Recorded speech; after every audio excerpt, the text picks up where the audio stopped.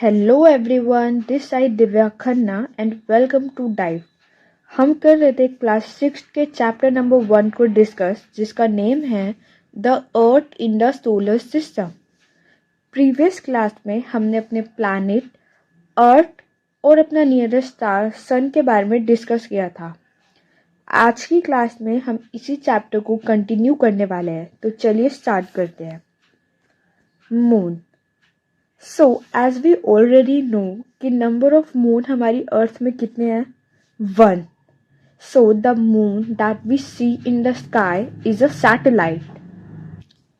Our earth has only one satellite. Satellite क्या होती है? तो देखो, सैटेलाइट भी एक सेलेस्टियल बॉडी है।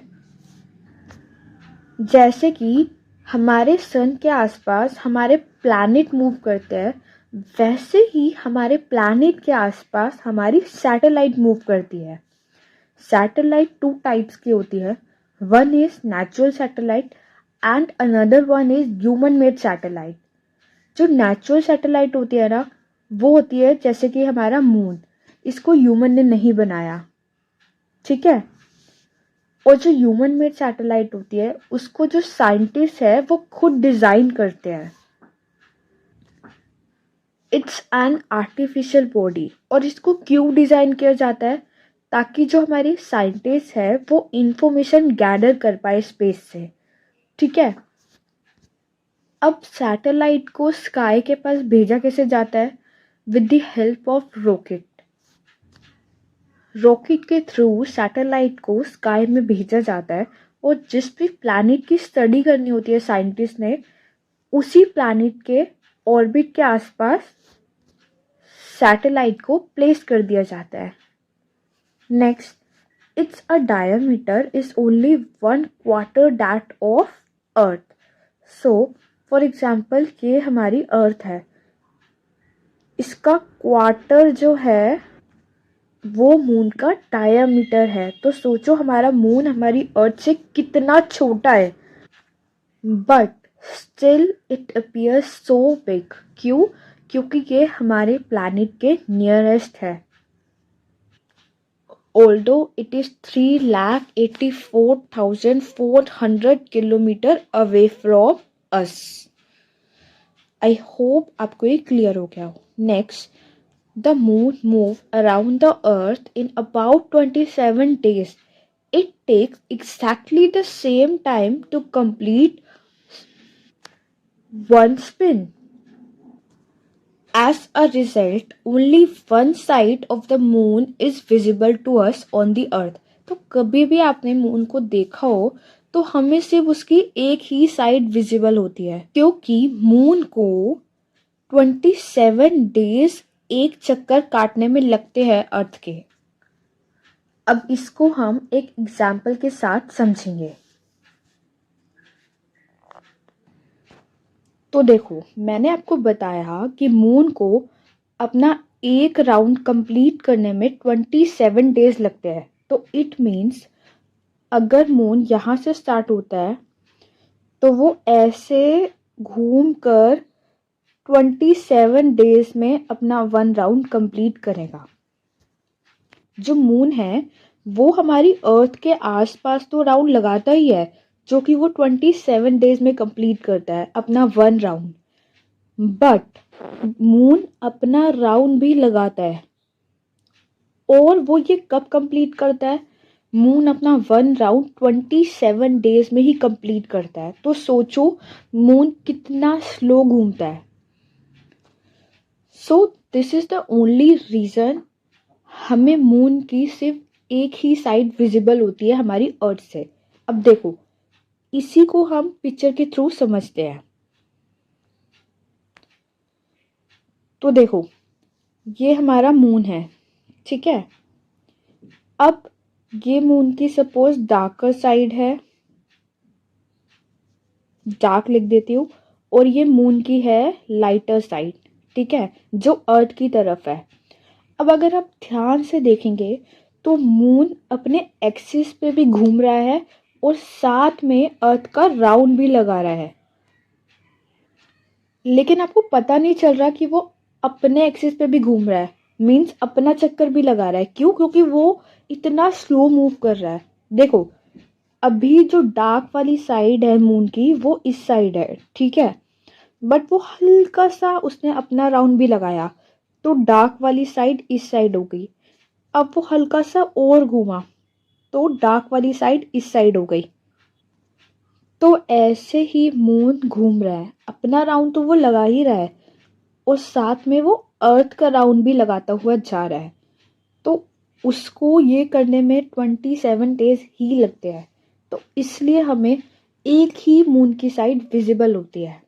अब सपोज अगर ऐसी कंडीशन होती कि मून अपना राउंड ना लगाए, मीन्स वो अपने एक्सिस में नहीं घूमे, तो कैसी सिचुएशन होती उसको हम देखते हैं। तो देखो, वो ऐसी सिचुएशन होती, यहाँ क्या हो रहा है कि मून बस अर्थ के पास घूम रहा है, बट वो अपना राउंड नहीं लगा रहा। तो देखो, मून हमें अभी अर्थ से हमें मून की ये वाली साइड दिख रही है, बट कुछ टाइम बाद हमें पूरी ब्राइट साइड दिखती, फिर कुछ देर बाद हमें और ब्राइट साइड दिखती, फिर फिर हमें जब यहाँ पे आते तो हमें ये वाली साइड दिखती। तो ऐसे एक साइड ऐसी भी आती जब हमें मून की प्रॉपर डार्कर साइड दिखती। तो देखो, इस वाली जगह पे मून की प्रॉपर डार्क साइड है, बट ऐसे कभी होता नहीं है। क्यों? क्योंकि जो मून है वो अपने एक्सिस पे घूमता है, वो आसपास तो घूमता ही है, लेकिन वो खुद का भी अपना राउंड लगाता हुआ जाता है, ठीक है। तो जो वो ये राउंड लगाता है वो कितने डेज में लगाता है? 27 डेज में। अब सपोज एक ऐसी सिचुएशन को देखते हैं जब मून अपना राउंड बहुत ही ज़्यादा टाइम में लगा रहा है, मीन्स वो 27 डेज में नहीं, सपोज बहुत ही जल्दी कंप्लीट कर रहा है वो अपना राउंड, और बहुत ही ज़्यादा फास्ट घूम रहा है। तो देखो, तो कैसी सिचुएशन होती? ऐसी ऐसी तब भी हमें मून की किसी टाइम पे डार्क साइड दिखती। देखो, अभी मून ऐसा है, फिर ऐसा हुआ क्योंकि वो बहुत जल्दी जल्दी राउंड लगा रहा है अपने, फिर ऐसा, फिर ऐसा, फिर ऐसा, ये प्रॉपर हमें ब्राइट साइड दिख रही है हमारी अर्थ से, फिर ऐसा। मतलब आप नोटिस कर रहे हो कि एक टाइम पर ब्लैक साइड भी, मीन्स डार्कर साइड भी दिखती हमें, बट इस वाली सिचुएशन में जहाँ पे जो हमारा मून है 27 डेज में मूव कर रहा है, इस सिचुएशन में हमें कोई भी डार्कर साइड नहीं दिखती। क्यों? क्योंकि मून जो है वो बहुत ही ज़्यादा स्लो मूव होता है। आई होप आपको ये चीज़ समझ आ गई हो। तो चलिए आगे रीड करते हैं। The moon does not have conditions favorable for life. It has mountains, plains, and depressions on its surface. अब हम मून पे सरवाइव नहीं कर सकते। क्यों? क्योंकि जो मून की कंडीशंस है वो ह्यूमन के रहने लायक नहीं है। मून में हमें वाटर नहीं है और लाइफ सपोर्टिंग गैसेस नहीं है, ठीक है। तो दैट्स वाई हम मून में नहीं सरवाइव कर सकते। तो चलिए नेक्स्ट देखते हैं।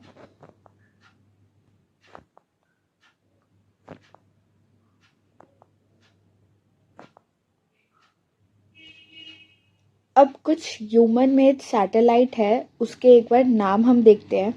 सबसे पहली है इनसैट, देन नेक्स्ट है IRS, then third one is EDUSAT. तो ये हमारी कुछ इंडियन सैटेलाइट्स के नेम हैं जो आपको पता होने चाहिए। अब फर्स्ट पर्सन कौन था जो मून में गया था? वो थे नील आर्मस्ट्रॉन्ग। और कब गए थे वो? 20 जुलाई 1969 में। अब ये आपका एक होमवर्क क्वेश्चन है। Find out whether any Indian has landed on the moon. आपको उसका नेम लिखना है कमेंट बॉक्स में। नेक्स्ट देखते हैं।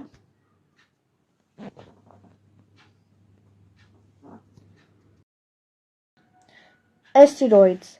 अब apart from the sun, planets and satellites, there are numerous tiny bodies which also move around the sun, ठीक है।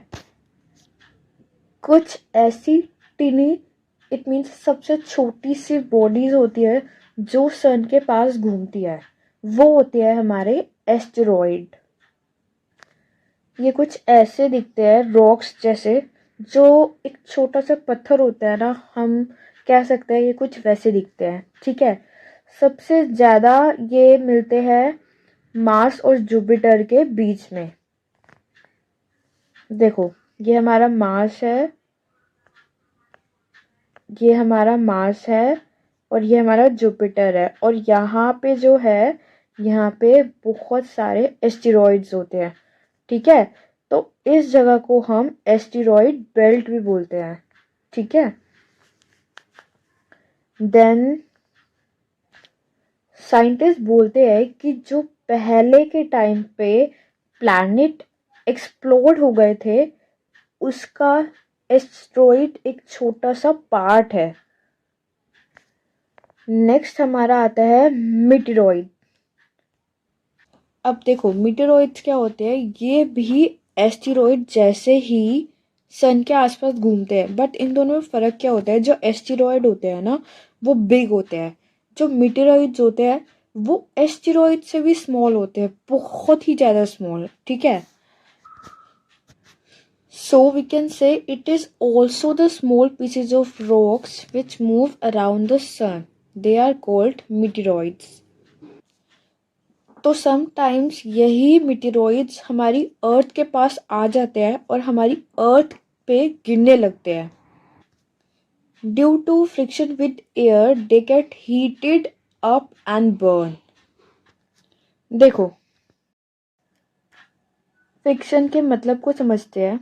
देखो, फॉर एग्जाम्पल कि हमने एक बॉल फेंकी, अब वो बॉल कुछ टाइम बाद हम देखते हैं कि अपने आप रुक जाती है। क्यों?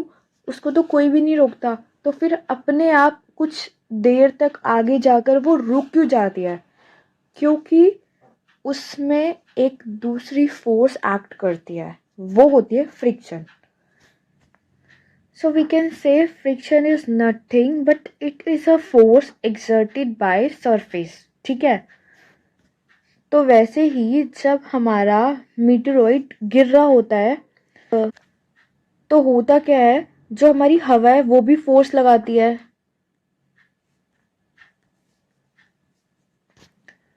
और जो हमारा मीटेरॉइड है वो बहुत ही ज़्यादा स्पीड से आ रहा होता है, तो हवा और मीटेरॉइड टकराते हैं। देन हमारा जो मीटेरॉइड है वो गर्म होकर बर्न हो जाता है, और जब ऐसा होता है तो मीटेरॉइड एक फ्लैश ऑफ लाइट कोज करता है। अब इस कंडीशन में या तो मीटेरॉइड पूरा कंप्लीटली बंद होता है, लेकिन अगर वो कंप्लीटली बंद नहीं होता तो वो हमारी अर्थ पे गिर जाता है, तो वो हमारी अर्थ पे गिरकर एक होल क्रिएट कर देता है, ठीक है। जो होल क्रिएट करता है उसको हम मीटियोर बोलते हैं, मीटियोर, ठीक है। Sometimes a meteor without being completely burned falls on the earth and creates a hollow. I hope आपको समझ आ गया होगा। So I think that's it for today. मिलते हैं नेक्स्ट वीडियो में। If you find this video helpful then do like this video and subscribe the channel. Bye.